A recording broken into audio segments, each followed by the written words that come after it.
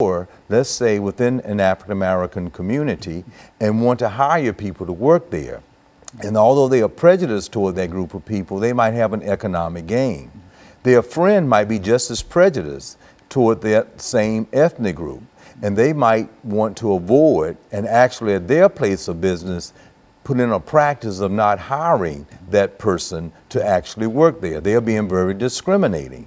The point I want to make, according to Dr. Allport, is that both people are very prejudiced. One will act in one way, and the other person will act in the other way, but they are both very prejudiced.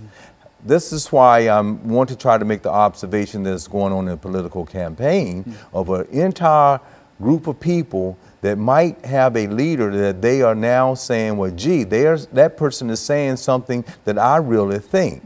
And while at one point they may not have expressed it out loud, now they're willing to show up and to express it, because there are those two types of people that might have a dislike for certain policies or other group of people, but might act out their prejudice openly because they feel that someone else is a billionaire or in a leadership role and can say and act in that way, that so can I.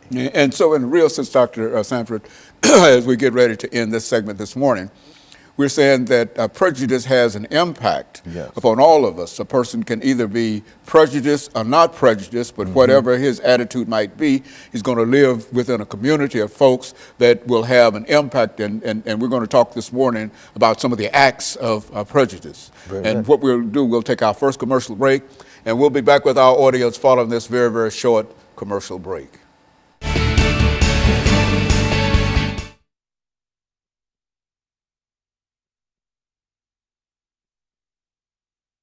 He has these 5 different acts of prejudice, and I want to kind of get through them. Then I want to be able to come back in that other segment and spend time and see what's going on with groups of people who might belong to a police force, that might be real cordial, might go to church to people, but they still might have that prejudice attitude, and they may not act in the church toward it, but they might be a police officer and see someone and then act in that way. Okay, and what I have to do is to bring us back into this second segment and let you give that out. You don't want to confuse me with too much information. Okay, just those acts on prejudice. Yeah, that's where you ended that. Yeah, the acts on. Yeah, we're gonna come back. We're gonna hit it. Yeah, and I was hoping I did an okay job in setting up how you can have 2 people, just 2 different people. Yeah, well, that's 2 different they could be friends and one will but act on it and discriminate. Everybody is impacted by prejudice one way or the other. That's it. You see, and so either you are or you know some of your friends are. That's right. And you have to deal with that. Very good. All set? Well, I think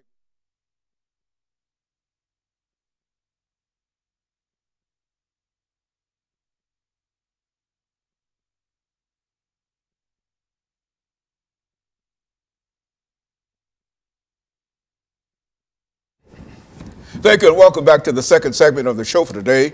The topic is Acts of Prejudice, Prescription for Racism, and the guest is Dr. EKSanford from Tennessee State University. And Dr. Sanford, during this second segment, let's give you an opportunity to lay out for our audience this morning some of the things that you consider to be acts of prejudice, and that will give us an opportunity to further lead this segment and then go into the next segment and develop some of the things that you're going to talk about during this segment. Okay. Yes, again, and a prejudice is a negative attitude that a person or group of people might have toward another, a dislike. And as we stated in the last segment, to kind of follow up just briefly, is that they might have this dislike and not really link that to the way they may think or feel or be unaware of it. Dr. Gordon Allport, in his classic book entitled The Nature of Prejudice, he has 5 different levels of acts of prejudice. The first one he calls, it's a funny word, he calls antilocution. And antilocution is just a word that he means that a group of people may gather and they might hear someone and they might say, well, yes, I really believe in what that person is saying. And they might listen to it, they might come back to the second and third meeting about it, but they are not at that particular point willing to go out and to do anything other than just listen to it and agree to it. Now, the second level of an act on prejudice is that of avoidance.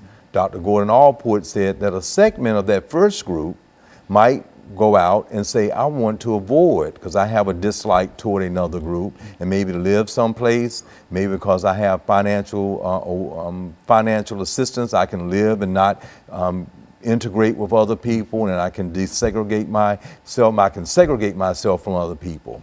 That's avoidance, when you can just want to stay away from that other group. You have that dislike and that negative attitude. Don't want to have anything to do with it.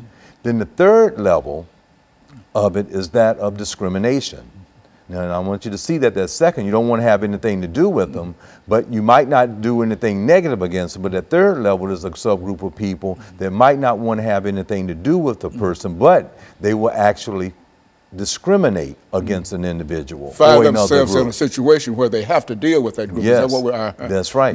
Or if they have to hire, or if they are working in a particular place, they might see that a particular person is checked that they are of a particular ethnic group, and then they might do something that is discriminatory toward that group. So that's an act on prejudice, because you, in your mind, have this attitude about a person that you might not even know, but this dislike, and you might act on it in a very discriminatory way.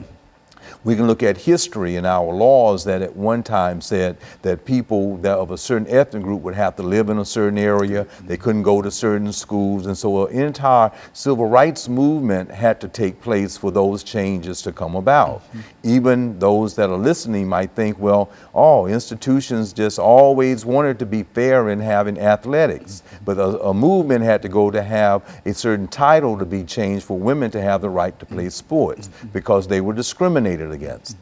So then he looks at the next level of acts on prejudice, is that a physical attack. Okay. That's when they have this negative attitude toward this other group, that they're not only wanting to avoid and to discriminate, but they're going to organize themselves to actually go out and to then physically attack another group. We might remember the dark history in America where the Ku Klux Klans may have gone out and burned houses down, crosses, very intimidating. And that was a physical attack.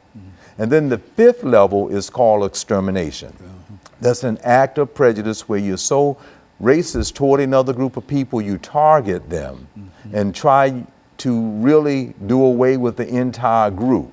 That's extermination. Physical extermination. Physical extermination. Yes, you were just clearly trying to do it, and we can see that's the reason of World War II, because of what happened in Nazi Germany. Those types of things occurred. So we have those types of examples of acts of prejudice that is within our society today. Now, what I wanted to try to share that for is simply this. Presently, we have a reoccurring pattern that exists within our society of different groups of people that might be a part of antilocution, and they might work well with others, but when they go out into the workforce and they meet someone that might be a particular suspect, something in the subconscious might move them from the antilocution to the whole idea of a physical attack. And then they might unwantingly shoot that person or kill that person. And they would see some things that really didn't happen to try to justify it. But this is the same type of incident when people get together and say, well, we're going to really go to a place in an organized way and do something to some people.